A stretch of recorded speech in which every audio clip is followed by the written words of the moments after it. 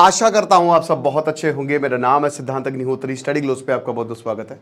तो नदियों को रोकने का भारत का मास्टर प्लान, देखिए हमको एक चीज़ समझनी है। जो 22 अप्रैल का इंसिडेंट हुआ है दोस्तों, वो भूले नहीं भूल रहा है। जिस तरीके से हमारी बेटियों, हमारी बहुओं को जैसे मतलब कहते हैं ना कि मारा गया बच्चों के सामने पिता को, वो तो मैं भूल ही नहीं पा रहा हूँ। जब भी पाकिस्तान की बात आ रही ना, वही तस्वीरें, वही इंटरव्यू सामने आ रहे हैं। और ये इतने निर्लज हैं कि इनको कोई दिक्कत नहीं है, इनकी लीडरशिप और इनके ये इससे बिल्कुल चिल हैं, है ना। तो बात ये है कि पाकिस्तान को सबक सिखाना पड़ेगा। और मैं तो ये भी बोलता हूँ कि जो पाकिस्तान के लोग हैं उनको अपनी सरकार के खिलाफ खड़ा होना पड़ेगा। पाकिस्तान के लोगों को ये समझना पड़ेगा कि इतने टाइम हो गया, 77 साल से हमको मिला क्या है? हमको कुछ नहीं मिला है, हमको बस गरीबी मिली है, परेशानियाँ मिली हैं। तो वहाँ पर एक बहुत बड़ा रेवोल्यूशन होना चाहिए। और मेरे ख्याल में भारत के प्रधानमंत्री मोदी जी को सीधा पाकिस्तान के लोगों को एड्रेस करना चाहिए कि तो आप जो डिल्यूजन में रह रहे हैं ना, उससे बाहर निकलिए। तो यही है, क्योंकि आईएसपीआर जिस तरीके से उनका प्रोपागेंडा चलाती है, जिस तरीके से वो लोगों को बरगलाती है, बेवकूफ़ बनाती है, वो सबके सामने है। आईएसपीआर जो है वो ये कोशिश करती है कि पाकिस्तान के लोग जो है वो परेशान रहे, वो डिल्यूजन में रहे, उनको एक फॉल्स रियलिटी पेश की जाए कि कभी क्रांति हो ही ना पाए। ये हिसाब किताब है। लेकिन फिलहाल हम कुछ और चीज़ों की बात करेंगे जिससे पाकिस्तान पे बहुत बड़ी मुसीबत आने वाली है। ऑपरेशन सिंदूर के बाद भारत ने कमर कस ली है। कल एस जयशंकर ने तालिबान के साथ बात की और आज जो भारत है ना, गिरा के मारेगा, बताते हैं। बाकी आप चाणक्य नीति और पर्सनालिटी डेवलपमेंट का जो कॉम्बो कोर्स है, 60 घंटे आपको मिलेंगे दोस्तों। चाणक्य नीति में तो मैंने लगभग 10 टॉपिक्स कवर किए हैं और बहुत ही कॉम्प्रीहेंसिवली कवर किए हैं, ठीक है ना। 700 के करीब वर्सेस। पर्सनालिटी डेवलपमेंट में 50 किताबों का रिव्यू, 22 के करीब लेक्चर्स, एक लेक्चर्स 2-2 घंटे के। सेम विद चाणक्य नीति 60 घंटे से ऊपर आपको मिलेंगे मात्र 500 रुपये में। यही कोर्सेज आपको 1-1, 1.5 लाख में मिलेंगे। आज 500 रुपये का ये मिल रहा है क्योंकि कॉम्बो हमने ये समर, जो कोड समर आपको यूज़ करना है, ये हमने लिमिटेड टाइम के लिए सेल चलाई थी। तो आज ऑफर खत्म हो जाएगा। डिस्क्रिप्शन कमेंट बॉक्स में कोर्स का लिंक है। तो आपको पता है कि इंडस वाटर ट्रीटी जो है हमने सस्पेंड कर दिया है। हिमालय से गंगा भारत में आती है, ब्रह्मपुत्रा जो है वो पूरा बांग्लादेश जाती है, उसके बाद फिर बे ऑफ बंगाल में मिलती है, सेम विद गंगा ऑल्सो। लेकिन जो सिंधु नदी है, इंडस नदी है, जिसके ऊपर पूरी सिविलाइजेशन बनी है, 2500 किलोमीटर का, लगभग 2500 किलोमीटर का उसका पूरा कैचमेंट एरिया, पूरा उसका जो रिवर बेसिन है ना, बहुत लंबा कोर्स तय करके पूरे पाकिस्तान की प्यास बुझा के वो अरेबियन सी में मिलती है। लेकिन अब भारत ने बोला बहुत हुआ सम्मान, और अब पाकिस्तान को एक बूंद पानी नहीं मिलेगा। और इसके लिए हमने बना लिया है बढ़िया सा प्लान। अब ये जो प्लान है इसमें अभी हम बात करेंगे, लेकिन अभी फिलहाल मान के चलिए कि पाकिस्तान ने कहा है कि महाराज जल शक्ति जो हमारी मिनिस्ट्री है, बोला कि अरे सर प्लीज़ सर एक बार रिकंसिडर कर लीजिए। भारत ने बोला निकल बेटा, पहली फुर्सत में निकल, दोबारा दिखना नहीं। तो भारत अभी ईस्टर्न रिवर तो हमारे पास है, ये सतलज, ब्यास, रावी। लेकिन जो ये पाकिस्तान 1960 में बड़ा दिल करके बोला कि ले जाओ बेटा नदी, कोई बात नहीं, तुम कितने भी हमारे ऊपर युद्ध करो, कितने भी बम मारो, कितने आतंकवादी भेजो, लेकिन हम इस ट्रीटी को सस्पेंड नहीं करेंगे। अगर ये नॉन काइनेटिक मेजर पहले ही ले लिया होता ना, तो शायद भारत पीओके भी ले चुका होता और भारत में इतने आतंकवादी हमले नहीं होते, क्योंकि पाकिस्तान अपने घुटनों पे होता, हमारे पास पूरा कंट्रोल होता। चाइना कभी भी ब्रह्मपुत्रा को नहीं रोक सकता, याद रखिएगा। उसके पास ये अथॉरिटी नहीं है। वो चाइना से नहीं, तिब्बत से निकलती है। और ये जो तिब्बत, जो कैलाश मानसरोवर, ये जबरदस्ती ऑक्यूपाई किया हुआ है। दूसरी चीज, वो बांग्लादेश भी जाती है। बहुत सारे देश एक साथ, 2-3 देश इफेक्ट होंगे, इंक्लूडिंग चाइना, ठीक है ना। और भारत के चाइना से बहुत ही डीप इंटरेस्ट है, पाकिस्तान से इतने नहीं है। भारत के चाइना से बहुत इकोनॉमिक इंटरेस्ट है। तो अगर भारत ने ये आर्थिक दिक्कतें पैदा कर दी, आपने देखा ना टर्की और अजरबैजान, भारत को दुनिया की ज़रूरत नहीं है, दुनिया को भारत की ज़रूरत है। दुनिया भर में जो बड़े बड़े बिजनेस है वो भारतीयों के हैं, इंडियंस के हैं। आप अफ्रीका में जितनी बड़े बिजनेस की चेन्स है वो सब इंडियंस की हैं। जिस दिन हम अपनी पे आ गए ना, दुनिया को घुटने पर ला देंगे। और एक और चीज़ मैं आपको बताता हूँ, ये जितने भी पाकिस्तानी आपको दिख रहे हैं, ये बाहर जाते हैं और इंडियन नाम रखते हैं अपने रेस्टोरेंट का।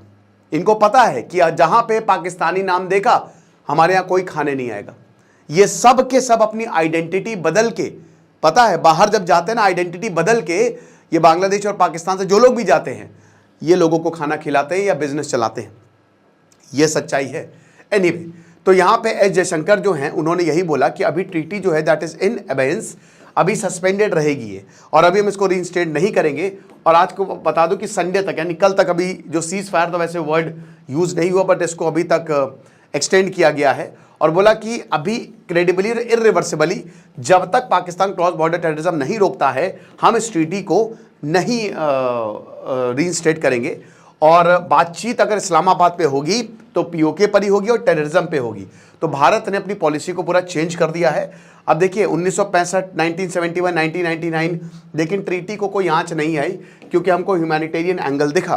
कोरोना में भारत ने भर भर के पाकिस्तान पर दवाइयां भेजी। आपको शायद पता नहीं होगा, लेकिन पाकिस्तान क्या पूरी दुनिया से तो आता ही है। भारत में दुनिया के बेस्ट डॉक्टर्स आपको मिलेंगे। आप अमेरिका जाएंगे, वहां पे दांत का अगर आपको दांत सही कराने हैं तो 1-1.5 महीने की अपॉइंटमेंट, और उसके बाद अगर आपका इंश्योरेंस नहीं है तो 1-1.5 लाख का खर्चा है एक विजिट पर। लेकिन भारत में ऐसा नहीं है, 300-400-500 में आप बढ़िया डॉक्टर्स से अपनी हेल्थ दिखा सकते हो। तो अब क्या होता है कि पाकिस्तान से बहुत सारे लोग भारत आते थे इलाज करवाने, और भारत ह्यूमैनिटेरियन एंगल पे ये मेडिकल वीज़ा दे देता था। लेकिन अब भारत ने उसको भी सस्पेंड कर दिया है। पाकिस्तान पर बहुत बड़ी मार पड़ी है दोस्तों।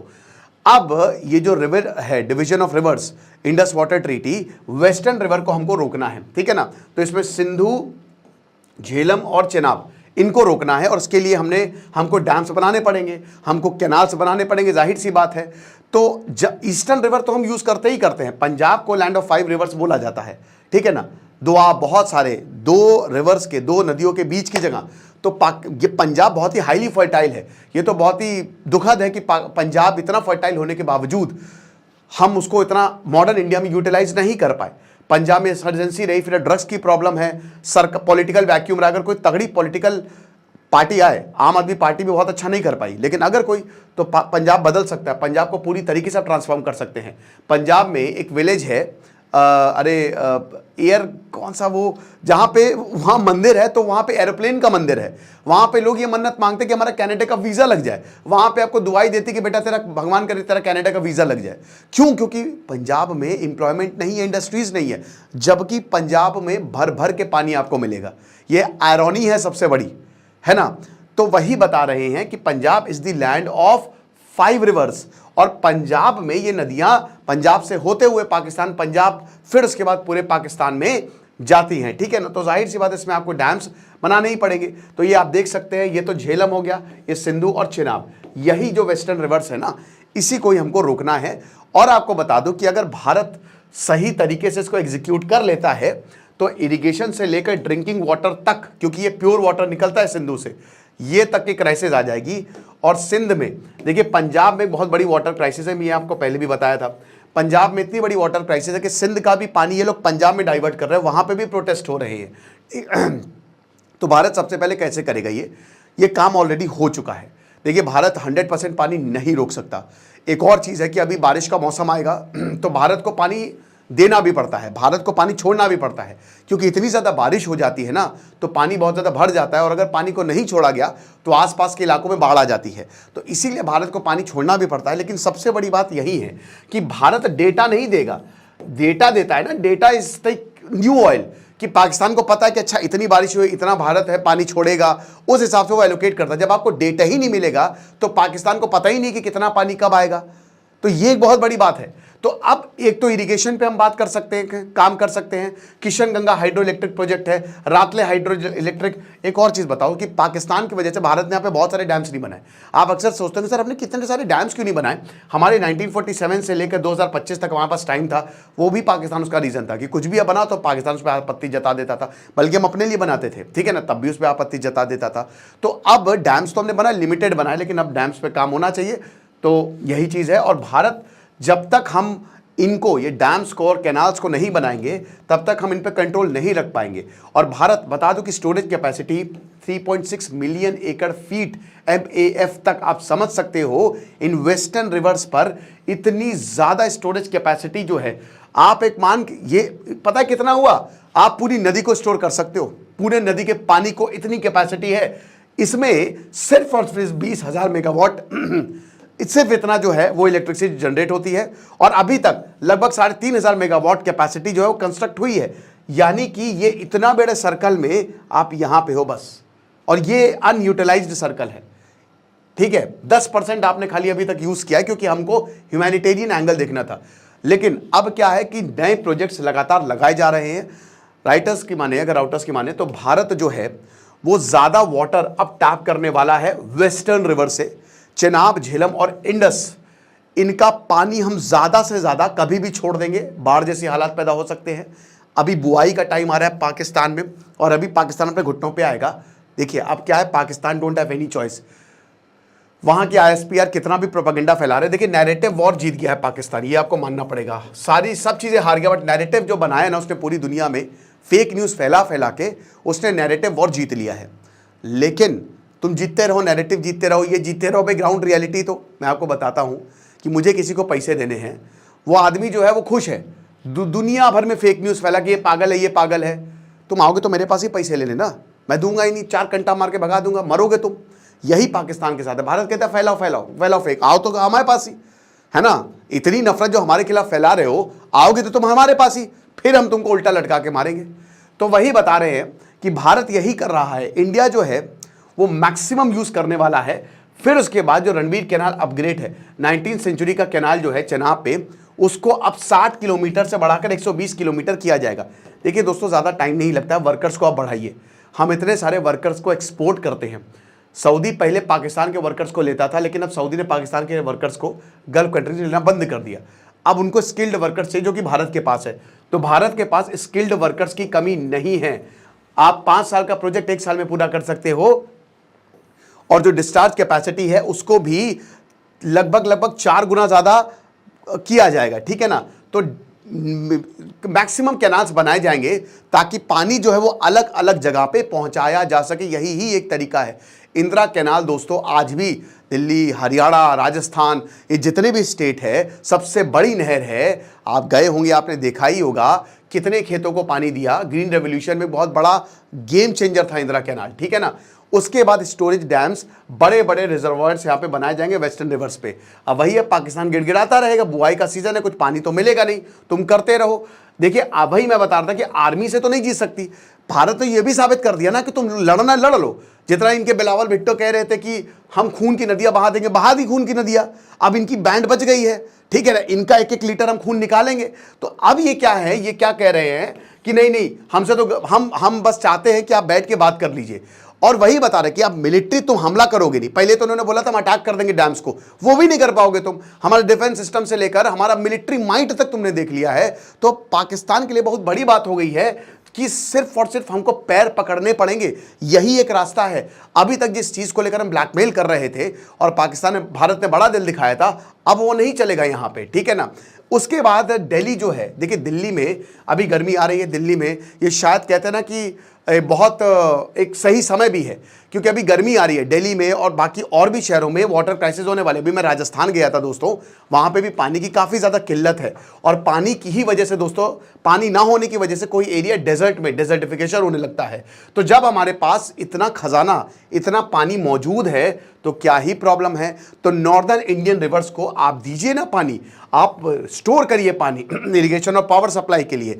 लेकिन सालों लग जाएंगे दोस्तों। लेकिन एनालाइज का कहना है कि देखिए, अगर आज अभी से, अगर मैं PM होता, मैं क्या कहता कि मैं आता, ठीक है, मैं पूरी मीटिंग बुलाता, टेंडर निकालता, मैं बोलता मेरे भाई कितना टाइम लगेगा। वो कहते हैं सर 4 साल लग जाएंगे। कितने लेबर्स हैं, एग्जाम्पल के तौर पर सर 10,000 लेबर्स काम करेंगे। मैं कहता कि अगर मैं 50,000 लेबर्स बढ़ा दूं तो ठीक है, और अगर मैं 10, आप कह रहे हो कि 100 इंजीनियर्स की टीम, अगर मैं 1000 इंजीनियर्स की टीम लगा दूं तो पैसा मैं दे दूंगा। तो भाई ये आधे से आधा हो जाएगा ना। तो वही बता रहे हैं कि ये एनालिस्ट यही कहते हैं कि अगर आप अर्ली कंस्ट्रक्शन करना शुरू कर देते हैं, बनने में ज़्यादा टाइम नहीं लगता दोस्तों। मैंने मकान बनने में 4-4, 5-7 साल का भी समय देखा है। एक हमारे यहाँ पे मकान तो बनता ही जा रहा है, और कुछ मकान 3 महीने में तैयार हो जाते हैं। तो इट्स ऑल अबाउट कि आप कैसे प्लानिंग कर रहे हैं, किस तरीके से कंस्ट्रक्शन कर रहे हैं, कितना लेबर काम कर रहा है। और भारत के पास ये पूरी कैपेसिटी है। 80% पाकिस्तान की जो खेती है वो डिपेंडेंट है इन्हीं वेस्टर्न रिवर्स पे। इस्लामाबाद ने 90% ड्रॉप जो है वो देखा था। भारत ने बस मेंटेनेंस की थी एक एग्जिस्टिंग प्रोजेक्ट की, वहीं से इस्लामाबाद को 90% पानी नहीं मिला। पाकिस्तान की पॉपुलेशन 25 करोड़ के आसपास है। एक छोटा सा देश जिसकी इतनी पॉपुलेशन है, बहुत ज़्यादा जो पॉपुलेशन डेंसिटी है ना वो पाकिस्तान की, वो हद से ज़्यादा। यहाँ मॉल खुलता है, रातों रात उसको लूट लिया जाता है। शादी होती है तो दूल्हे को भी लूट लिया जाता है, चड्डी ले जाते हैं कि ये भी खा जाएंगे।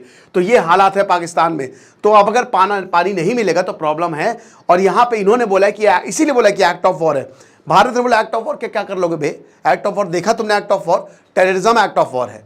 भारत ने तो साफ साफ, भाई जब मेरे पास इसकी चाबी है, मेरे पास, तो हम क्यों पानी दें। तो अभी काफ़ी इंडस वाटर ट्रीटी है, वॉर्स को सर्वाइव किया है, क्राइसिस को सर्वाइव किया है, लेकिन दोस्तों अब नहीं है, क्योंकि दिल्ली जो है वो नए काम करता जा रहा है, नए कंस्ट्रक्शन करता जा रहा है।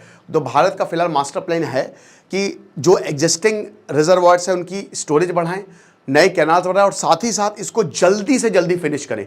और ये दोस्तों अगले 3-4 सालों में हो जाएगा। हालांकि 3-4 सालों में पाकिस्तान नहीं बचेगा। खुश रहिए, पढ़ते रहिए। दिस इज सिद्धांत अग्निहोत्री साइनिंग ऑफ। बाकी आप हमारे कोर्सेज को अवेल करें। Thank you so much.